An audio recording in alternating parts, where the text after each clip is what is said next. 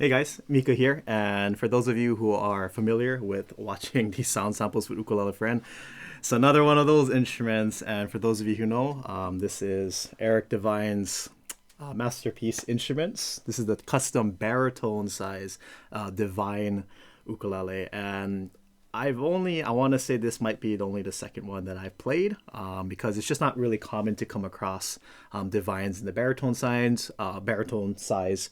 He's usually known for his tenny tones, which is like a hybrid 18-inch model between a tenor and a baritone size.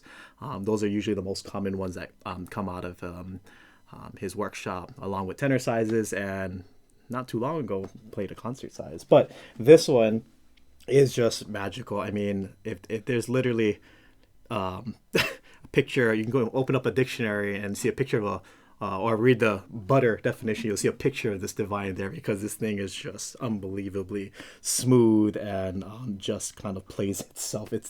This is just a ridiculous instrument, but this baritone divine boasts some pretty spectacular Carpathian spruce.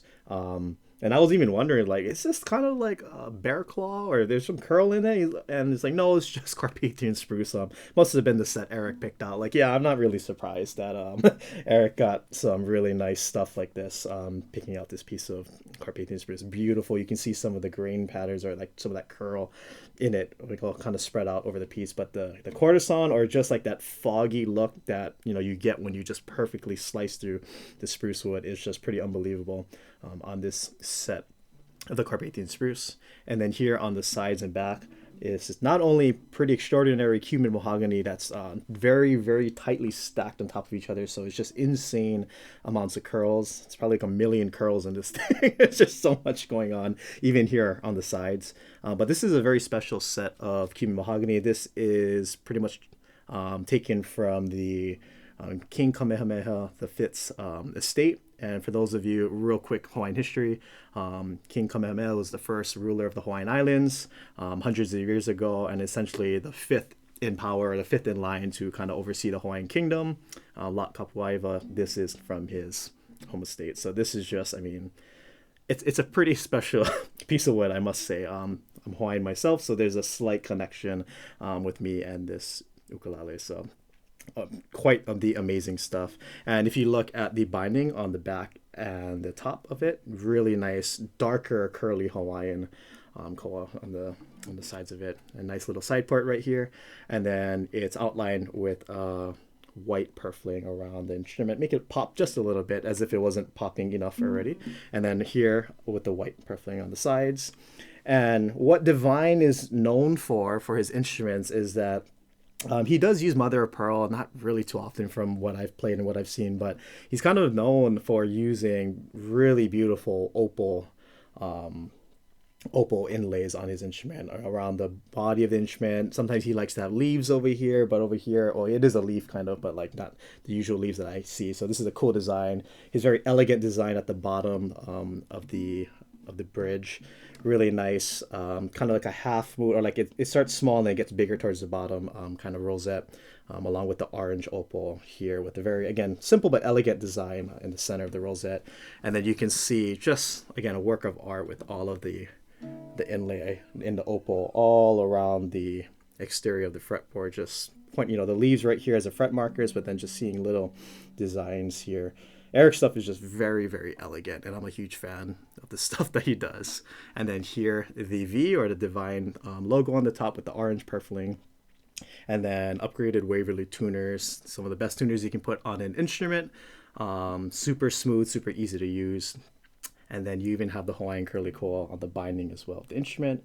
I always thought this was a really cool touch that Eric does with his instruments. On the 12th fret, he puts like a black little line or like a strip that kind of offsets the koa that runs on the instrument. So if you look at it on this side, you don't see it, but here you can notice that black little strip right here on the 12th fret. I was always pretty intrigued why he would do that. I still got to ask him, but for me as a player, I actually like that because the 12th fret's a pretty important spot. You can do your harmonics on the 12th fret, but for me to just easily, without ever like, is the lighting right? Can I see where the 12th fret is? Like right there. I can hit there every single time. So it's a good little kind of halfway point with the instrument, or semi on the upper side of the instrument. I can see it very clearly. He also has the fret markers here on the sides. And the typical places you would find it 3, 5, 7, 10, 12 right here with the black strip, and then even 15 and 17 on the sides. I really love Eric's necks. It's like a perfectly rounded kind of neck. There's no flatness in the middle, although I do like that too. But I like that it's very rounded, but it's not sticking out too much, and it's very smooth on the back. So for me, this is my kind of thickness with the neck. It's almost like pretty in line with like the traditional sense of how thick an ukulele neck would be, based on just the many ukuleles that I've sound sampled. But yeah, this instrument is yeah, it's very good. It's to say the least. It's one of those instruments that just sounds like butter, plays like butter. Is it butter? I mean, it could be. I mean, you can literally just slap butter on this, and like that's kind of how it feels. It's almost like you just close your eyes, like, oh my gosh, like I can just slide all around on this instrument. It's like it just does everything you need it to do. So again, this is a baritone ukulele, so you're going to be in a baritone tuning, meaning the tuning of this instrument is the D, G, B, E, which is literally the bottom 4 strings of a guitar. So if you're a guitar player, you can just hold this and be like, oh, this is a D chord, this is an A chord, and I hope I'm saying that correctly, but essentially you can play the same shapes from a guitar and it'll hold up the same on this baritone ukulele. So baritone ukuleles are very friendly, especially with guitar players if they want to venture into the world of ukulele, but not step into like the re-entrant tuning, which is the standard like G, C, E, A tuning. You can go with the linear D, G, B, E tuning, literally like playing the bottom 4 strings of a guitar, and then you can kind of get a sense of, oh, this is, how big the ukulele is, the biggest size, baritone size. And then it's a good segue to go ahead and try like a re-entrant tune. It's like da da da da and like that. So again, the playability of this instrument is phenomenal. The neck shape I really like. Just for me personally, I really like the thickness of it. It's just right in the middle. The sustain on this, I mean, it just keeps ringing for days.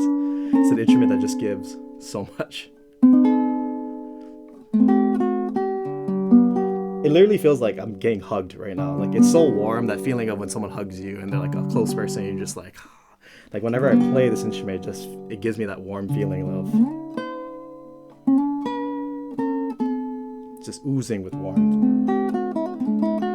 But what I really appreciate about this baritone tune is that it's easy for a baritone to kind of get lost with being muddy. It's too warm. There's too much tone coming out, or maybe not too much tone, but there's just so much coming out of it that you want a sense of refinedness, or you want some clarity, especially in the bottom strings, because you wouldn't want it to be, you can't, get a clean sound of it. But when I play this, not only is it just oozing with warmth, it's really articulate too at the same time. Like, you can easily hear every single note. Nothing gets muddied over or kind of just like gets in the way of each other. But then just when you hear it, it's like perfect. So all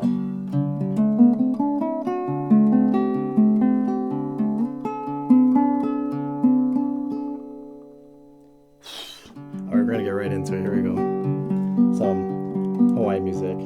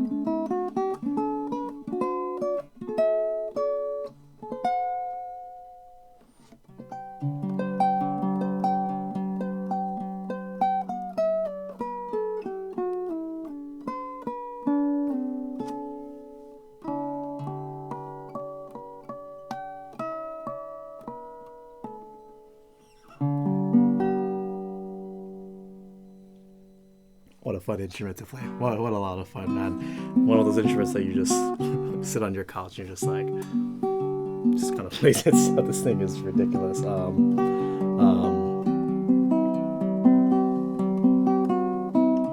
should want to play one more. All right, here we go. Here's a classic.